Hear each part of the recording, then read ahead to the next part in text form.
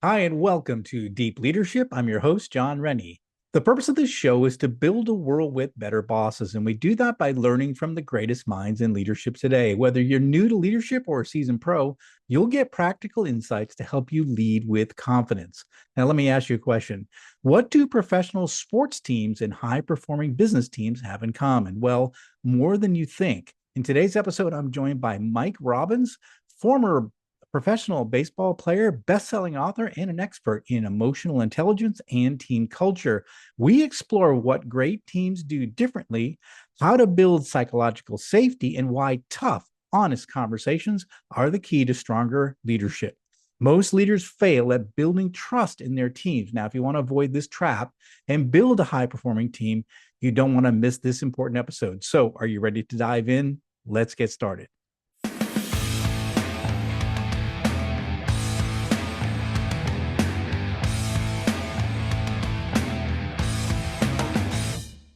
Welcome to the Deep Leadership Podcast. Today I'm joined by Mike Robbins. Mike is the author of 5 books, including Bring Your Whole Self to Work and We're All in This Together. He's a former pro baseball player whose playing career ended due to an injury. He is now a well-known motivational keynote speaker and expert in emotional intelligence. And I'm excited to have him on the show to learn more from his expertise. So, Mike, welcome to the show. Thanks for having me, John. I'm glad to be here. Yeah, it is an honor to meet you and have you on the show, and I'm excited to talk to you. But get us started. I introduced you. You were a former pro baseball player. Now you're an author and speaker. That seems like a shift. Can you tell us a little Yes. bit about how you shifted from sports to now into the leadership and motivational speaking circuit? Yeah, well, I'm starting year 25 of speaking and coaching and writing, so it's been a while, but yeah, my early life was focused on baseball. So I grew up in the San Francisco Bay Area where I still live, and I actually got drafted out of high school by the Yankees. I didn't end up signing a contract with the Yankees at that time because I got an opportunity to play baseball in college down at Stanford, about an hour from where I grew up in Oakland, California, and ended up getting drafted out of Stanford by the Kansas City Royals. And I did sign a pro contract at that point.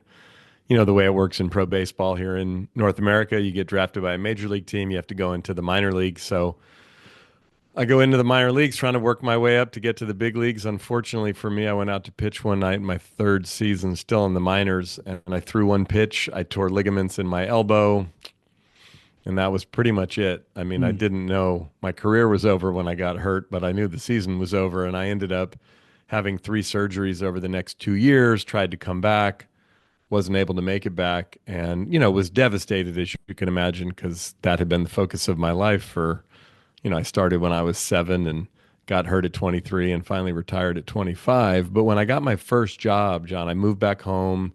It's the late 90s. Internet boom, .com boom time was happening here in the San Francisco, Silicon Valley area. I get a job working for a tech company in sales, and I noticed there was a couple of similarities from sports. It was very different, but one of the similarities that I had been fascinated by as an athlete is it wasn't always the best players or the most talented players that made the best team. Like you needed some talent, but you also needed some of what we called chemistry. Hmm. No one could quite define what the heck that was, but you knew when you had it and you knew when you didn't have it. I erroneously thought this was a sports thing. That very first job, I realized, oh, that's not a sports thing. That's a human thing. My manager was just calling it culture. And I was like, it's the same thing. It's all that intangible stuff that has us trust each other and work well together and bring out the best in each other or not. And I worked for a few tech companies over the next few years and just became more and more fascinated. And so 24, almost 25 years ago, I decided I wanted to study this more and learn more about it. And so that's what had me start down the path of learning about, teamwork and leadership more specifically. And I started coaching and eventually I started speaking. And then my first book came out in 2007. So that's kind of what got me on the journey. And, life has evolved. I've learned a lot over the last 24, 25 years, but a lot of those things I learned when I was quite young playing baseball are still relevant today.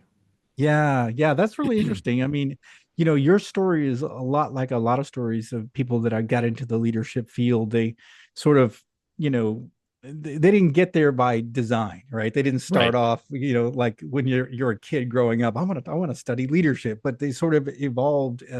Interesting. Your background in sports, you started seeing, observing things in the business world that were similar to what you saw in sports. I came from a military background. I started seeing similarities to things in the Right. military. So it's almost a similar parallel path that I sort of ended up, working in the leadership space as well. But it was Yeah. because of I kept seeing similarities, and and people are people. I love that, the fact that you mentioned that it's like these are human things. People sometimes say to me, well, the military is so much different. I'm like, no, these are people. These are Humans. people. Yeah. And so I think same thing with a sports team. Yeah, well, and I haven't spent time in the military myself, so I don't know what that's like. Although I have worked with quite a few, folks from the military and groups in the military over the years doing my work. And what it seems to me, look, I mean, I think the stakes are a lot higher in the military, and often case it's life and death. The mission is so significant, much more significant and than winning a game or winning a championship in sports. But I do think what I've noticed some similarities between the military and sports, but it also relates back to business is, you know, coming together as a team, understanding the importance of leadership and some of those things. I think there's something baked into the military as well as in sports. You realize if we don't do this, it's not going to go well. Mm, Right. And I think in business, over the last few decades, I think people have become more clear about it. But the mission in business often isn't as clear. In the military, the stakes are really high and the mission is often very clear. In sports, there's a cycle to it, right? There's a season, there's a preseason, early season, mid-season, late season, postseason, playoffs, championship, and then it's over, and it kind of then goes in that cycle. So you can really focus on it. In business, yeah, there's quarters and there's deliverables and but it kind of just keeps going and going. yeah. And then we reorg and we change and then a new boss comes in or there's new this or business is up or business is down. It kind of, there's a lot of change and disruption in business, especially these days, but it doesn't have that same level of focus or mission sort of baked into it, I think, that the military and sports do. But I often say to people, I mean, the thing about sports that's hard is like there's only one winner at the end of a sports Mm, season. Everybody else loses. In business, like I mean, yeah, you can be the industry leader or number one, but a lot of businesses can succeed all at the same time. It's not yeah. kind of a zero sum thing. You mentioned something that sort of struck a nerve with me, and in that one of the big differences I saw when I came into the business world was the mission wasn't always clear. Yeah, And I think like with sports, what the mission is, like, okay, we're going to win a championship this year or whatever. right, And we had, we go do our thing and then get everybody home safely, right? And so, right. but it was very clear. Everybody knew the mission, and what I found in my early days in the corporate world was like I didn't know what the mission was. Like, I would hear one day we got to reduce scrap, we got to, we got to eliminate overtime, we got to reduce our costs, we got to be more Yeah, customer focused. I'm like, I don't know what the mission is. I'm not really yeah, clear, and I think that was frustrating to me. And so one of the things I like talk about with leaders is like be very clear as to yeah. what the mission is, so that people know what the mission is, because they don't just assume they can read our minds as leaders, right? Totally. One of the distinctions that I like to talk about in my work is the difference between our job and our role. Our role being sort of what we do functionally. And my belief in all my research and study of high performing teams is that everyone on a high performing team knows they have the same job, and that's to help the team win. Mm, However, the question that I often get when people follow up on that is, well, what does winning mean? Right? Again, in sports, it's super clear. In yeah. sales, it's often clear.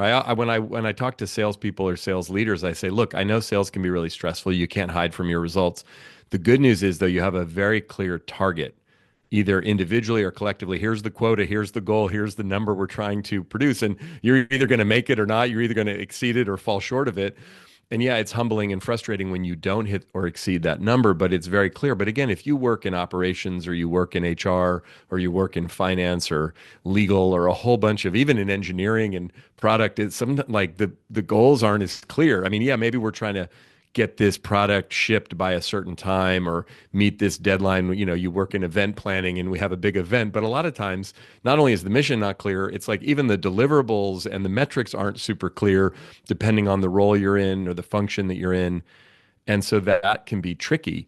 And that's why really good leaders, to your point, have to be really clear on what's the mission, what are we trying to accomplish, put some context and parameter around it so that everybody on the team is clear. Oh, this is what we're trying to accomplish. This is what winning looks like. Because it's not always just baked into the work. Yeah, that's exactly right. And I think the best leaders are very clear on the goal and also what each person has to do with respect to their particular role in helping Yep. to achieve the goal, right? And I like Yep. what you say. You say there's a difference between a role and a job, right? You Hmm. said what everybody's job is to help the team win, right? And Yeah. your role might be all our roles might be different Right. in accomplishing that job, right? Exactly. And again, look, there's some roles that are sexier than others. There's some roles that get more attention than others. There's some roles where there's both more pressure, but then more reward when it goes well. Again, thinking about sales, it's like ton of pressure, can't hide from the result. When it does go well, you often get a lot of recognition. And I say to people all the time, look, if you're not making the product or selling the product in any business, big or small, you know, you're on the L side of the P&L, meaning you Mm, are an expense. So that doesn't mean you're less of a person or that your role is less important, but in terms of if again in a technology company it's the engineers and the product folks, in a clothing company it's the designers of the clothing, in a pro on a pro sports team it's the athletes that are, it's the Steph Currys and the Patrick Mahomeses of the world that like they're getting paid a lot of money because they have to go make it happen in mm, any business. Again, if you're making what it is or you're selling what it is, you are invaluable to the organization. If you're in a support function of any kind, again, it can still be incredibly important. Again, that finance people and operations people and folks in human resources and all the different functions within an organization to make it run at times are as important, if not more important, than the people making it or selling it. But sometimes understanding the context in which you work is really important. And then back to what you were saying, if the mission is clear, then everybody knows everything we're doing is leading us in the direction to help us win or achieve the larger mission or vision we're trying to accomplish. yeah, yeah. No, that makes so much sense. Now, I've written a book called All in the Same Boat, and you've written a Right? book called We're All in This Together. The titles are Uh-huh. very similar. Yes. Tell the audience a little bit about the core themes and pillars in your book. Yeah, so I wrote We're All in This Together a few years ago, and what the impetus for me was just, spending the last 20 plus years working with high performing teams in different environments and different contexts. There seemed like there was this theme that would emerge with teams that really sort of figured it out. And again, back to what you and I've been talking about in terms of mission, it's like putting what we're doing collectively above what everyone's doing individually. Mm, And the notion of like us versus them or me versus you, again, I'm a human being and we live in an individualistic society, but like I often, when I'm working with a team and there's conflict going on, it's like, who's the them? mm, Like I'm trying to like really, I don't mean to be, naive, but like who's the them? Aren't we all in this thing together? And yeah, that doesn't mean we're all going to be best friends and get along all the time. And sometimes we're going to have some conflict and some challenge, but like figuring out how we get everybody sort of moving in the same direction, or to your metaphor, get in the same boat together so that we go to accomplish whatever it is we're trying to accomplish. So in the book, the four pillars I talk about, the first one is about creating psychological safety, which is really group trust, right? The second thing is about focusing on inclusion and belonging, making sure that we're including people, but ultimately, you look at Maslow's hierarchy, like belonging is a fundamental human need that everybody has. yes. The third pillar is about embracing what I call sweaty palm conversations, those ones that we don't want to have, the feedback and the conflict and the uncomfortable stuff. And I often say great teams talk to each other, not about each other. And Mm, then the fourth pillar is about caring about people and challenging people at the same time. Like mm, so much of my research, John, has shown me that those are the two drivers of performance: a healthy high level of expectation, so we challenge each other to be our best, and a high level of caring and nurturing, so we really care about one another as human beings, you know, irrespective of performance, irrespective of even personality, but we know that sense of like, oh, I'm in a group of people who actually care about me, not just what I can produce or how I perform. yeah, it's interesting that these four pillars that you talk about. One of one of the first things that when I take over a business and I sense sort of an us and them, situation going on, is I constantly kind of remind people that the enemy is outside the four walls. It's not Right. inside the four walls, right? And so on a submarine is very interesting because that's what I spent my early days doing on a submarine. The enemy was very clear. It was the sea pressure wanting to come into the people cabinet, right? And so our Yeah. job was to keep that out, right? And Yes. also worry about the Soviets as well at the same time, right? Right. So, but the enemy was very clear. We knew who the enemy was. It was outside the four walls, which meant that we worked together to make sure that the enemy never got inside the four walls. But to your point, when we get into corporate or we get into business, oftentimes we say, the enemy is marketing, or those guys took this Right. order they shouldn't have taken it. The quality department told me this, and like the enemy seems like it's inside the four walls, right? Yeah. And so when you say who is them, right? Them is us, right? And Right. so and part of the Totally. yeah, and so part of that is how do we create a situation where the enemy that we're in it together, we know that we're in it together, and that the enemy's not inside but outside. Is that Yeah. something that you talk about as well? Absolutely. Again, and like I think at some level, I mean, this is also where in sports and in the military, I mean, look, in business, we obviously have competition externally, Mm, companies we're competing with, market share we're going after. I do think a lot of where competition shows up in an unhealthy way is internally pointing fingers, yeah. blaming, complaining about this department or that department or leadership, or, especially in global organizations where there's a lot going on.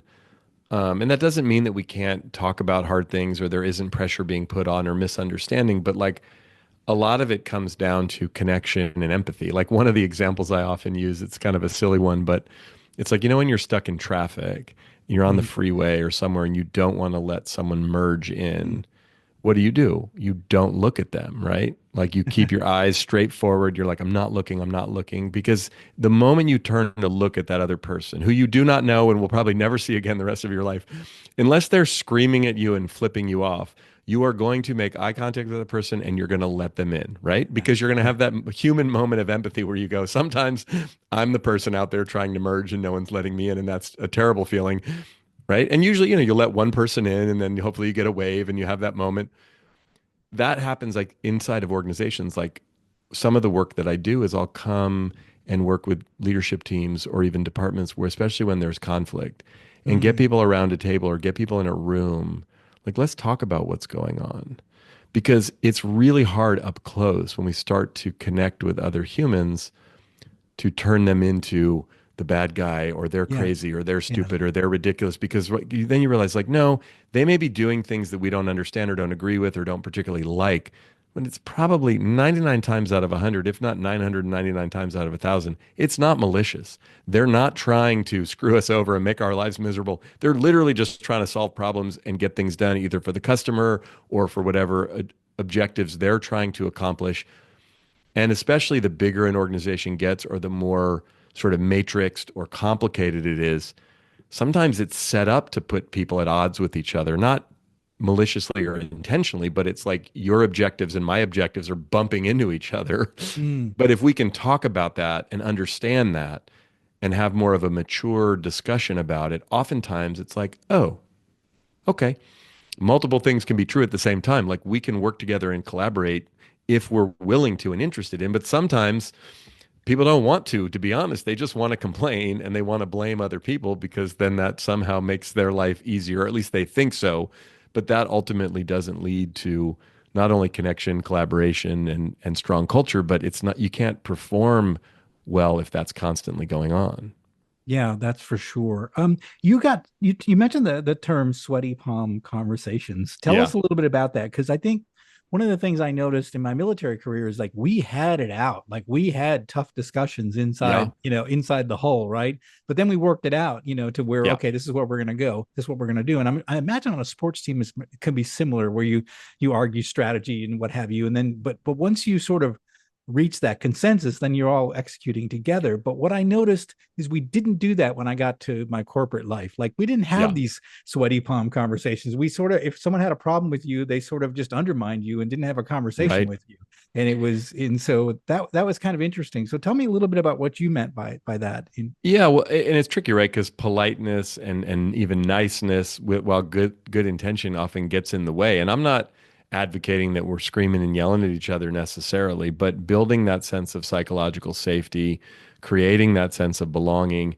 What that leads to is an ability to have these conversations. This phrase comes from a mentor of mine years ago said to me, Mike, you know what stands between you and the kind of relationships you really want to have with people? I said, what's that? He said, it's usually a 10-minute sweaty palm conversation you're too afraid to have. He said, if you get good at having those sweaty palm conversations sooner rather than later, you'll have fantastic relationships. You'll build trust. You'll resolve conflict. You'll get to know people who are different than you. You'll talk things out. You'll work things through. You'll give feedback. You'll get feedback. He said, but if you do like most of us and you avoid those conversations, then you end up sort of being a victim of who you work with, who you live with. Hopefully, people are, well intentioned and honest. And he goes, but oftentimes that leads to all kinds of resentments and misunderstandings and unresolved conflicts that just make things difficult. And, look, he was right. And like most humans, I don't love having those conversations. My first instinct is not like, hey, let's talk about hard things. Let's sit down and really hash everything out. I mean, I know how important it is. I want to do that. But oftentimes my instincts, like a lot of people's, are let's avoid it or let's gloss over it or let's just move on and keep it, keep things positive and happy. But again, great teams talk to each other, not about each other. And if we build that sense of trust and psychological safety, when we have to have it out, especially Mm, I can imagine in the military, it's like, hey, this is like life and death here.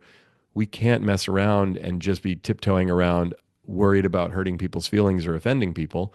And again, I think there's a way we can go about it very consciously and deliberately.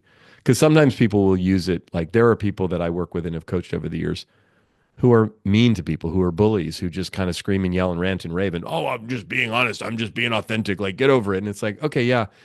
And you're scaring everyone and you're, shutting mm, people down. Like, that's right, actually not. So, again, as a leader, you got to be careful and mindful. You don't want to walk around being super nice to everybody. And then as soon as they leave the room, telling people what you really think. right. But at the same time, if you're screaming and yelling and banging on tables and stuff, like that's also probably not a healthy way to go about it. So it's finding that balance and that mature way to really have those conversations respectfully and effectively. Yeah. Yeah, that makes a lot of sense. One of the things we didn't touch about, you talked about psychological safety, and that's kind of essential when you're trying to create a team, a unified team where people can Yeah. have these discussions. You didn't one of the things that we didn't talk about yet is emotional intelligence, and where does that play in terms of the leadership being able to create the condition where we feel like we're all on the same team? I mean, I think it's foundational to everything, right? I mean, emotional intelligence is essentially, self-awareness and self-management, which, by the way, it's an ongoing, lifelong journey for all of us. Hmm. Continue to learn more about ourselves, continue to, I mean, just people listening to or watching this podcast right now, it's like learn, grow, read books, listen to other people, so that process is something that we can all do. I mean, there's a lot of cliches that are cliches because they're true. It's like great leaders are great learners. So that's the one side. The other side of it is social awareness and relationship management, right? So Yeah. understanding that, oh, not everybody's wired the way that I'm wired. Not Hmm. everybody's motivated the same way. Not everybody grew up the same way I grew up. Not everybody, looks the same and I mean, again, it's like you meet someone else who's like your same age or came from your same town, you have certain relatables, and then you meet someone who's quite a bit younger or older or just different race, gender, background, whatever, and you realize, oh, wow, okay, it's not that we can't relate, it's not that we can't have a great relationship, but like I'm going to have to get curious to get to know this person a little bit better or find out a little bit more about not only them personally, but where they're from and what their influences may be. You see a lot of this, especially these days with generational differences. It's easy to complain about, oh, those, millennials, those Gen Zers or whatever. But it's like, well, what about getting curious Yeah. and being interested? So much of that is emotional intelligence, right? Because if I can only manage people who are my same age or grew up where I grew up or look like me or whatever, like that's going to very much limit our effectiveness and our ability. So I think constantly developing our emotional intelligence is important. Yeah. I think if we're going to build relationships, I think that's a really key skill set to have, or I don't know if it's a skill set or a characteristic to have, because I think you're able to sense your emotions and other people's emotions as you're Yeah. having, uncomfortable conversations and what have you. And I tend to like really notice people's reactions and emotions, and so maybe I'm maybe a little too empathetic sometimes, Yeah. but I think that's an important thing to have. So you Yeah. recognize, oh, this is creating stress, or this is creating someone's feeling uncomfortable in this conversation, or Yeah. and so you're able to sense your audience that you're having a discussion with. I think that's a really important skill to have, like to be able to sense someone's reaction to what, the things you're discussing. Absolutely. I mean, look, we're talking about leadership, we talk about sales, we talk about communication and relationships. I mean, being able to look, we can't read people's minds, but we can pick up, even look, technology is great and can sometimes be a hindrance. Harder to tell when we're texting someone or we're communicating on Slack or email. A little easier, still challenging if we're on the telephone or we're on Zoom or we're on FaceTime. Usually we can pick up more things when we're in person, but these days we're in person less than ever in terms of people we're communicating with and doing business with. So it's really developing those, skills of empathy and understanding and checking in with people. And Mm, just because someone does feel uncomfortable or gets a little stressed about something doesn't necessarily mean that that's a bad thing. I think a lot of really good leaders, I mean, I'm sure you've had this experience too. It's like finding that balance point where how can I challenge someone, push them, hold them accountable, intentionally push them out of their comfort zone for the purpose of growth and development and performance without shutting them down, mm, right? Because I yeah. think sometimes, I mean, years ago when I was doing coaching training, I remember them saying, this was 20 some years ago, life coaching, business coaching was still kind of a new thing.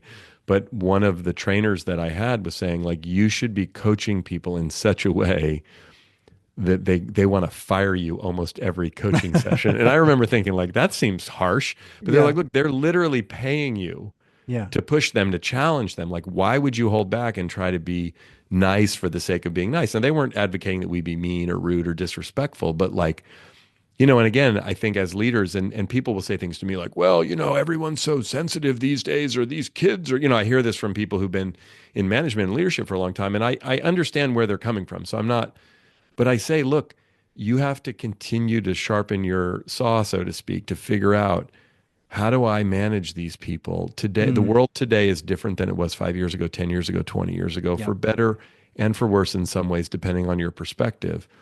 But it's like, be good at what Mm, you do and be honest when you're struggling with someone. Again, if you're having a hard time connecting with someone or reaching someone or coaching someone or managing someone, you could make them wrong. You could say, well, they're so sensitive or they're this or the world's like that. Or you could go, wow, I'm really struggling to connect with this person.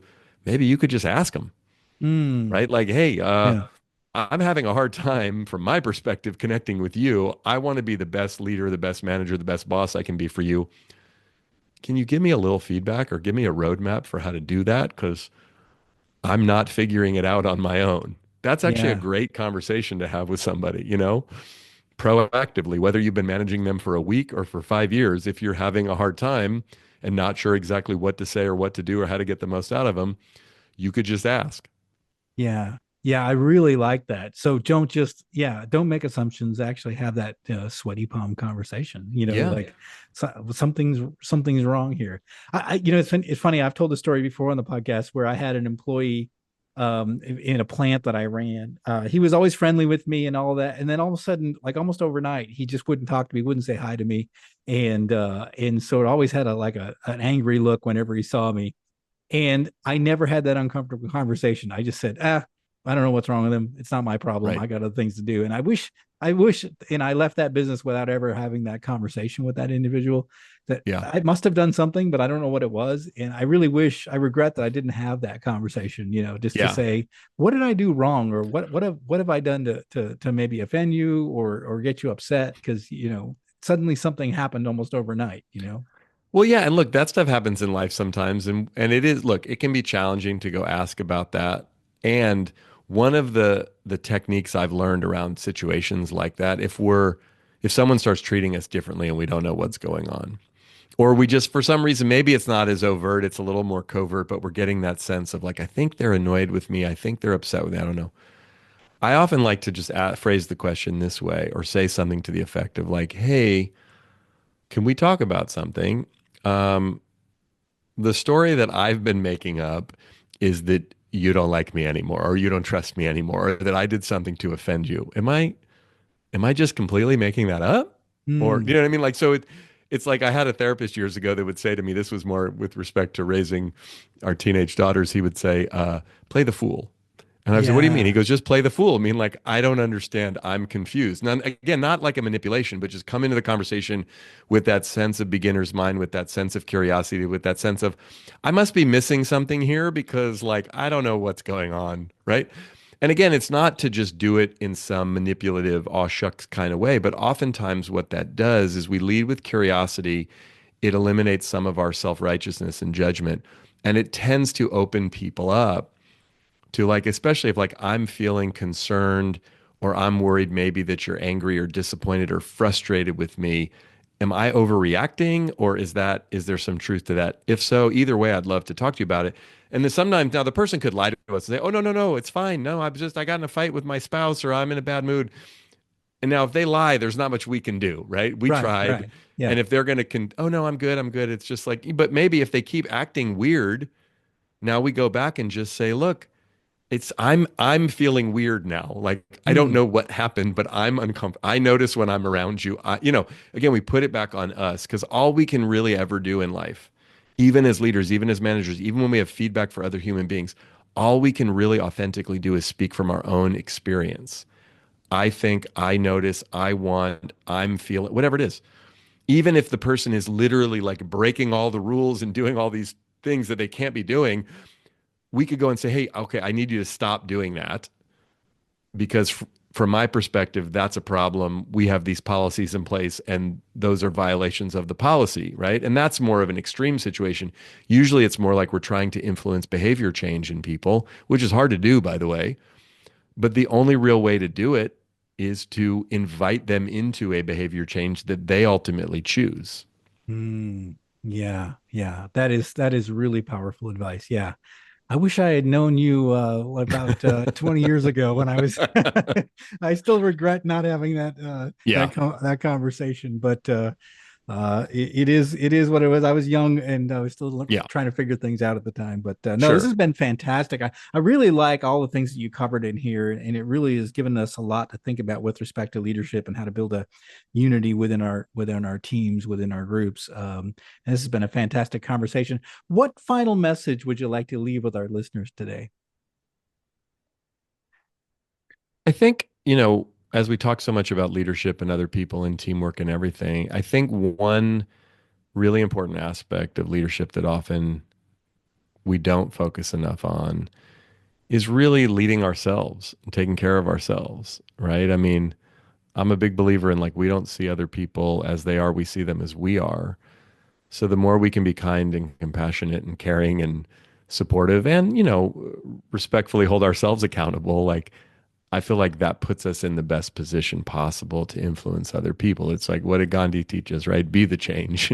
But if we can do it from a place of genuine care and compassion for ourselves, I actually think that makes us show up more authentically and more effectively when we're attempting to lead others. I love that. I love that. Lead yourself first. Yeah. Yeah. Yeah. Fantastic. That is a great piece of advice. Mike, I really appreciate you coming on the show.